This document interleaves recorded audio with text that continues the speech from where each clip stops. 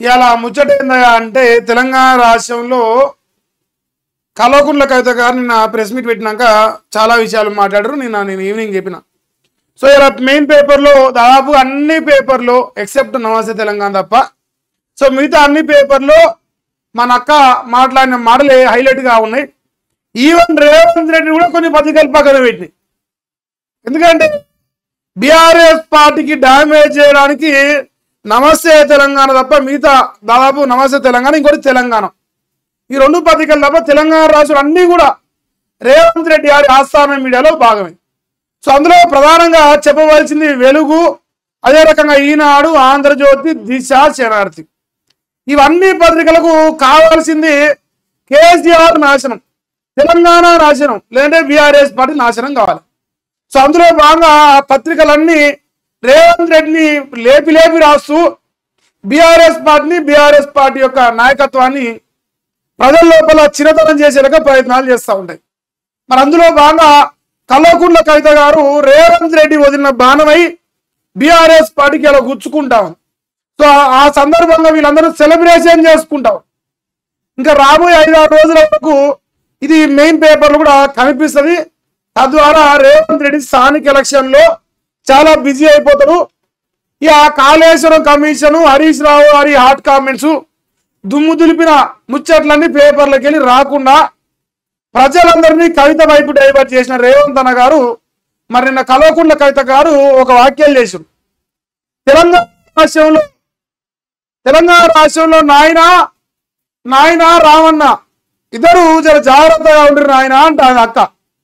ఎవరికెళ్ళి తెలంగాణ రాష్ట్రంలో బీఆర్ఎస్ పార్టీని కానీ గతంలో ఉన్న టీఆర్ఎస్ పార్టీని అని బలోపేతం చేసి సర్వస్వం దారపోసి పార్టీ కోసమే తన జీవితం మొత్తం త్యాగం చేసిన హరీష్ రావు గారి గురించి అక్క గారు మాట్లాడు. అయితే నేనేమంటా ఉన్నా, అక్క రేవంత్ అన్న వేసమంటాడో నీకు తెలియకపోవచ్చు, మా అన్న ఎంత మంచోడో మాకు ఎరక కాబట్టి కేసీఆర్ అదే రకంగా రామన్న ఇద్దరు మంచిగానే ఉండరు. కానీ మరి నువ్వు రేవంత్ అన్నతో జాగ్రత్త అక్క. ఎందుకంటే ఇప్పటికే మా రైతాంగాన్ని నీళ్ళు ఇయ్యక, కరెంట్ ఇయ్యక, రైతు బంధు ఇయ్యక, రుణమాఫీ చేయక, ప్రజలకు ఇచ్చిన 6 గ్యారెంటీలు నెరవేరుస్తానికి చేతగాక ఎంక్వైరీల పేరుతో కాలయాపన చేస్తా ఉండక్క. ఎదురొచ్చిన దేవుళ్ళ మీద ప్రమాణం చేసిండు. ఏ దేవుడు కూడా మరి మాకు ఇచ్చిన 6 గ్యారెంటీలు ఇస్తానికి కనికరించలేదు.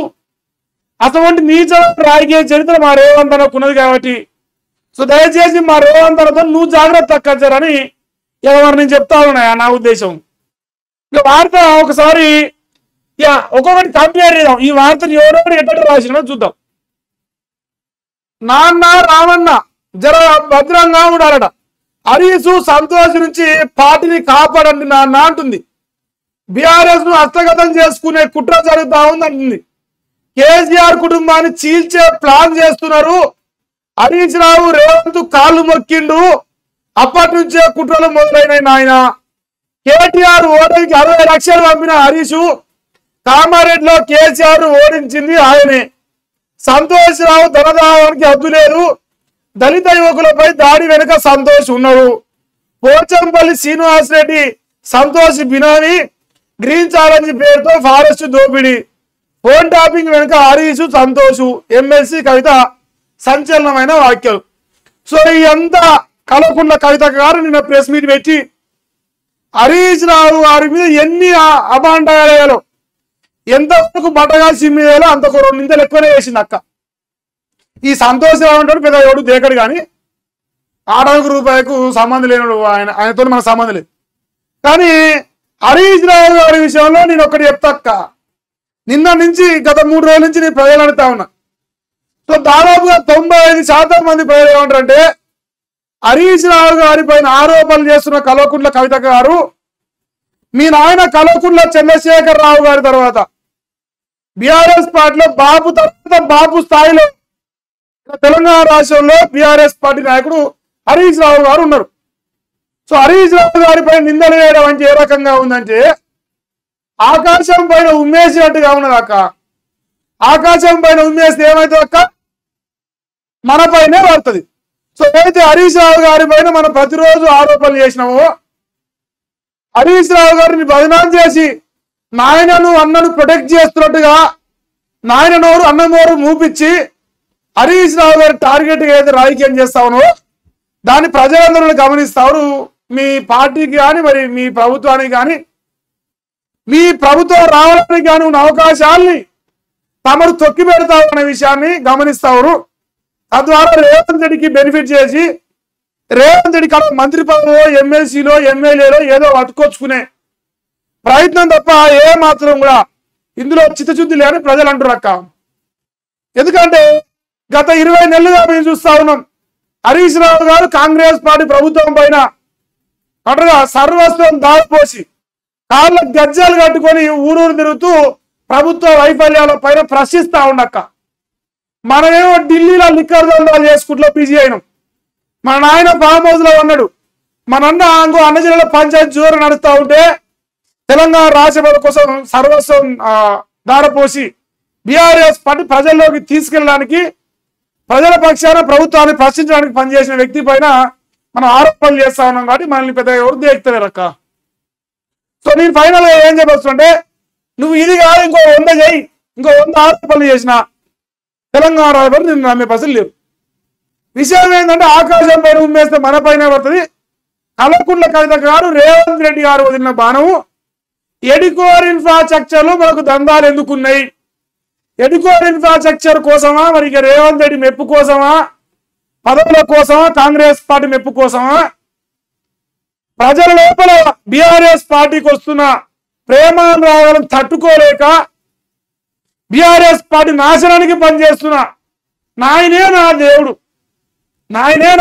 అనుకుంటా నాయన పెట్టిన పార్టీల మనువు వస్తున్న మనం ఎంత మంచి విజయమో అర్థం చేసుకుంటారు ప్రజలు కూడా. దయచేసి అక్కగారు గమనించాలి. ఇంతవరకున్నదే ఎమ్మెల్సీ పదవికి కవితక్క రాజీనామా చేసింది. రాజీనామా లేఖను మండలి చైర్మన్ గుత్తా ఓఎస్డీకి అందజేసిన జాగృతి నాయకులు గుత్తా సుఖేందర్ రెడ్డికి కవిత ఫోన్ చేసి తన రాజీనామాను ఆమోదించాలని విజ్ఞప్తి చేసింది.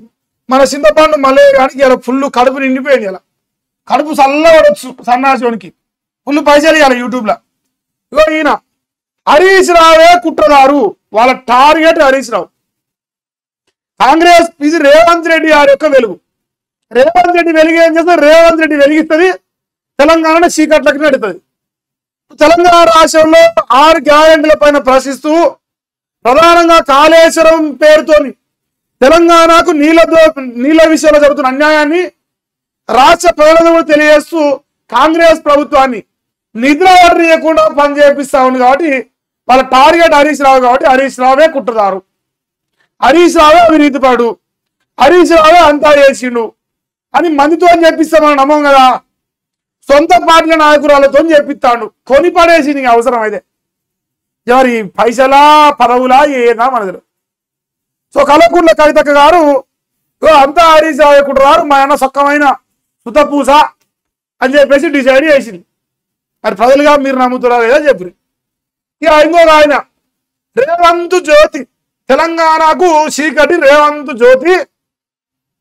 ఇక నాన్న జాగ్రత్త, మీ చుట్టూ ఏం జరుగుతుందో చూసుకోండి నాన్న, కేటీఆర్కు ప్రమాదం పొంచి ఉంది నాన్న అని చెప్పేసి అంటుందట. ఇక జరాగరే ఈ పెద్ద పనికొచ్చే చూడని రావన్న నాన్న ఆరోగ్యాన్ని పార్టీని కాపాడుకో, నేను మాత్రం నాయన నోట్లే మన్ను కొడతా, నా అన్న నోట్లే మధ్య కొడతా, పార్టీని నాశనం చేస్తా. ఎర్ర తడిపట్ట రెడ్డి గొంతు కోసినాడంట, గొంతు కోసినాక వచ్చి పసుపు పెడతానంట. అక్క ఎట్లుంది జోలి, తడిపట్ట రెడ్డి గొంతు కోసినాడంట, గొంతు తగినాక పసుపు పెడతానంట. మనసే ఉండలే అక్క. పార్టీని తండ్రిని మోసం చేస్తూ ప్రజల్లోకి బీఆర్ఎస్ పార్టీ వెళ్లకుండా అడ్డుకునే మనము పార్టీని కాపాడుకో రావన్న, నాయనను చూసుకో రావన్న. అక్కడ ఏమంటారు లోకం అంటే మనోజోని బిడ్డలు ఇంటికి 4 నుంచి ఇంకా ఏ ఇల్లు బాగుపడదంటారు అక్క. ఆడపిల్లలు మనోజోని బిడ్డలు ఓ 4 నుంచి ఇక ఏ ఇల్లు బాగుపడదు. ఇక గిసవన్ని పంచాయలే ఉంటాయి. ఇక ఈడు జ్యోతి కదా, రేవంత్కు జ్యోతి కదా, మరి వాడు పొడుగు రాసింది. ఇప్పుడు ఇక మరి వీళ్ళు అనుకూల పత్రిక ఒకసారి చూసుకోవాలి. నేను ఏ పార్టీలో చేరను, ఏ పార్టీతో అవసరం లేదు, మేధావులతో చర్చించాకే నా నిర్ణయం ఉంటది, పార్టీకి పదవికి రాజీనామా చేశా, నా తండ్రి నిర్ణయాన్ని చేసా వహిస్తా. బీఆర్ఎస్ నాది 20 ఏళ్లుగా కష్టపడ్డా, పార్టీకి నేనేం చేయలేదా? కేసీఆర్ ఫోటోతోనే కార్యక్రమాలు చేపడతా. తెలంగాణ జాతీయ అధ్యక్షురాలు కవితక్క. నాయన బొమ్మ లేకపోతే మనం దివాళాగా అన్నాం అక్క. కల్వకుంట్ల చంద్రశేఖర్ అనే ముఖం లేకపోతే నేను తెలంగాణ రాష్ట్రంలో ఏ ఊళ్ళకు పోయినా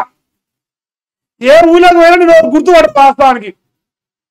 అంటే నాయన నోట్లో మన్ను కొడుతూనే, నాయనకు అన్యాయం చేస్తూనే దేవుడు చెప్పిన మాటే కాదని దేవుడే సస్పెండ్ చేసి, నాయన నా దేవుడు అంటాను కదా, దేవుడే పో బిడ్డ ఇంటికా కూర్చొని చక్క సంసారం చేసుకొని తిని బతుకు బిడ్డ అంటే, లేదు నాయన నీ కయ్యం పెడతా, నీ కాళ్ళ కచ్చబెట్టి కింద పడేస్తా నాయన అని మళ్ళీ ప్రెస్ మీట్ పెట్టి మళ్ళీ నాయనకి ఇచ్చి 20 ఏళ్ళుగా ఏం కష్టపడలేదా అంటుంది. అక్క నువ్వు కష్టపడడానికి 10 అలా సంపాదించుకున్నావు. 10 పదవులు వచ్చినాయి, 10 పైసలు వచ్చినాయి. సో ఇక కల్వకుంట్ల కవిత గారు ఏ పార్టీలో జాయిన్ కాదట, ఆ సొంత పార్టీని పెట్టే అవకాశం ఉందట. ఏమని మేధావులతో చర్చించాక, మేధావులు అంటే ఎవరక్క? నాయనకు వ్యతిరేకంగా ఉన్న వాళ్ళందరా? రేవంత్ రెడ్డి, ఉత్తమ్ కుమార్ రెడ్డి, వెంకట్ రెడ్డి, జానరెడ్డి, ఈ రెడ్డి, ఆ రెడ్డి అందరూ మేధావులు అక్క. ఇలా అక్క పరిస్థితి ఏమైపోయిందంటే, ఇప్పుడు బీఆర్ఎస్ పార్టీ వాళ్ళు ఎలగొట్టరు, బీఆర్ఎస్ పార్టీలో ఎలగొట్టరు. కాంగ్రెస్ పార్టీ వాళ్ళు కేసీఆర్ వదిలిన బాణం కవితక్క అంటారు. ఇలా అటు బీఆర్ఎస్ కాకుండా పోయింది, అటు కాంగ్రెస్ పార్టీ జాయిన్ చేసుకునే పరిస్థితి లేదు. ఇలా రేవంత్ రెడ్డిని నమ్ముకొని ఫైనల్ గా కల్వకుంట్ల కవితక్క గారు ఇరకాటంలో పడ్డారు. 2 పడవల మీద కాలు పెట్టింది, ఈ పడవ వీకింది, ఆ పడవకి 2 పడవల వీకి సముద్రంలో మునిగిపోయి ఇది అయిపోయింది. తెలంగాణ రాష్ట్రంలో మరి రేవంత్ రెడ్డి గారితోని జర కల్వకుంట్ల కవితక్క గారు జర జాగ్రత్తగా ఉండాలి. మా అన్నొక్క వ్యవహారశైలి మీకు తెలియదు, మాకు తెలుసు కాబట్టి చెప్తాను. సో మా అన్న రాజనీతి ఏ రకంగా ఉంటుంది, రాజకీయం ఎంత రంజు మీద చేస్తాడు, ఏ రకంగా ప్రజలు చుదయాలని చేసి ఓట్లు వేసుకున్నాడు, ఏ రకంగా ఒక చర్చ జరుగుతున్నాడు దాని నుంచి డైవర్ట్ చేస్తాడు అనేది మాకు సంపూర్ణంగా తెలుసు. కాబట్టి మా అక్కగారి రాజకీయ భవిష్యత్తు మంచిగా ఉండాలని కోరుకునే తమ్మునిగా నేనేం చెప్తా ఉన్నా, మా రేవంత్ అన్నతో జర జాగ్రత్తగా ఉండక్క. చూసినావా, రేవంత్ అన్నే నిన్ను వదిలిండు నాయన మీదకి బాణమై. ఇలా ఏమంటాడు చూడు, కవిత కేసీఆర్ విడిచిన బాణం, కాళేశ్వరం విచారణ నుంచి ప్రజల దృష్టిని మళ్లించే నాటకం అని ఎవరైతే కాళేశ్వరం మీద చర్చ జరగకుండా అసెంబ్లీలో 15 రోజులు మాట్లాడే దమ్ము లేని దద్దమ్మలు, ఎవరైతే సభను వాయిదా వేసి సిబిఐకి అప్పచెప్పిండో, ఎవడైతే దొంగో వాడి దొంగ దొంగ దొంగ అంటాడక్క. నిన్ను కేసీఆర్ మీదకి వదిలిన రేవంత్ రెడ్డి ఇలా కేసీఆర్ వదిలిన బాణం కవితక్క అంటాడు. మరి నీ గొంతుకు వస్తాను, జర జాగ్రత్తగా అప్రమత్తంగా ఉండి రేవంత్ రెడ్డితో ఆచి తూచి అడుగులు వేస్తూ రాజకీయంగా మరింత ముందరకు పోవాలని మనస్ఫూర్తిగా ఒక తమ్ముడిగా నేను కోరుకుంటాను అక్క. నీ కర్మ, జస్టామోరు మీద కూర్చొని ఆగంగా ఆలోచుకుంటే మీ కర్మ, మేమేం చేయగలుగుతాం అక్క. సో మేము చెప్పే కాడికి మా అన్న గురించి మాకు తెలుసు కాబట్టి, మా అన్న ఎట్లాంటి రాజకీయం చేసి మా నోట్లో మన్ను కొట్టిండో మాకెరక కాబట్టి మరి మీ నోటి కూడా గట్టిగా మన్ను కొడతాడు. అందువల్ల జర జాగ్రత్తగా ఉండి రాజకీయం చేసుకోవాలని కోరుతా ఉన్నాను. సో ఇంతవరకు ఈ వార్త దాదాపు అన్ని పేపర్లో ఉన్న అంశాన్ని మీకు పూర్తిగా వివరించే ప్రయత్నం చేసినాయి. మరి ఈ వార్త పైన ప్రజలుగా మీ యొక్క అభిప్రాయాన్ని చెప్పే ప్రయత్నం చేయండి.